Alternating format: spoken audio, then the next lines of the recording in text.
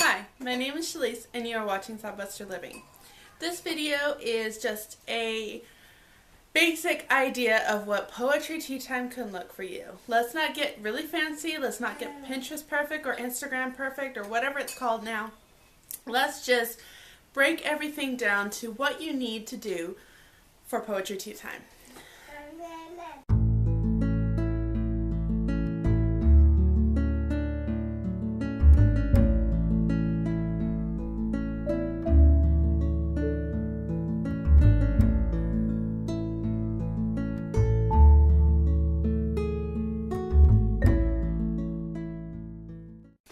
So I think people get too stuck on how complicated poetry tea time needs to be. And I'm speaking about this in a personal matter because they see my Instagram photos and they're like, well, that's so beautiful. It's what I want to do. It's just, I don't have that kind of time, resources, ability, whatever. And you know what? That shouldn't stop you from doing poetry tea time. Poetry tea time is really about bringing the family together and doing something creative together. Listening to something great together. I can't think of the right word. That's what poetry tea time means for me. Now, it was originally started by Julie Bogart, and it was really just a time to drink tea, have something, a special treat or something, and then bringing out your poetry. You could have done it every day. I think they had poetry tea time Tuesdays, and that is how we originally started. We originally started with just making some tea, making a treat or something, and then pulling out a shelf full of poetry books. And I would just be like, okay, I'm going to read this one, I'm going to read this one, and it got to the point where we were spending a lot of time doing poetry, but there was almost a gap of something needed. And by that I mean the kids, especially the little ones, would get bored, and so then I would pull out some coloring for them to do.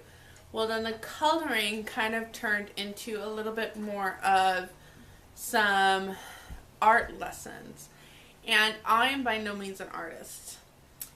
But this time of poetry learning also brought in those art lessons, some poetry, and then I was like, you know what, why don't we combine some of our nature studies with this? And so then we were studying things like mushrooms, and then I was trying to find, some nature poetry to go with that. Or we were learning pumpkins, and then again I was trying to find some pumpkin poems to go with it. And sometimes we would pull out Shakespeare, and that in itself is, it's good, whatever. We would bring out Shakespeare, and we would do Shakespeare and poetry tea time. It just became this huge idea of stuff we could do.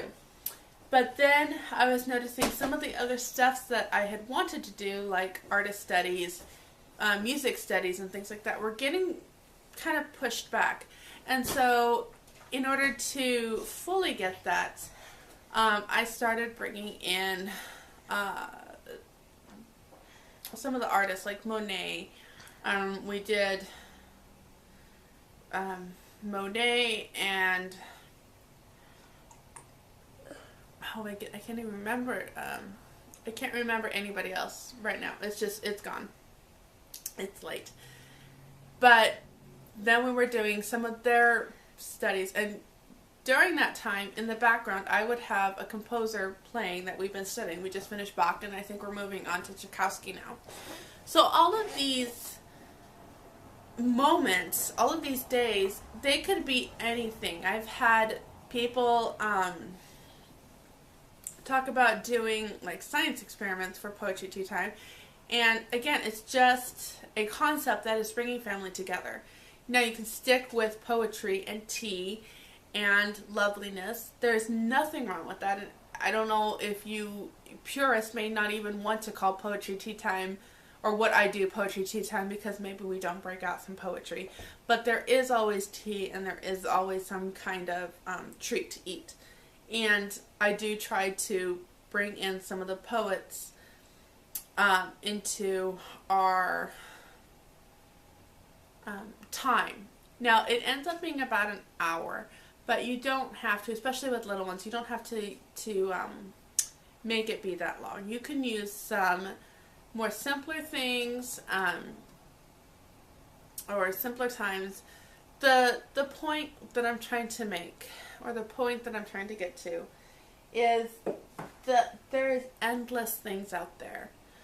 And maybe even just using this time to read a free verse book, like Out of the Dust. And so then you're reading a literature book that, again, you're just bringing the family together. This isn't something that I'm doing every single day. Sometimes I'm not even doing it every week.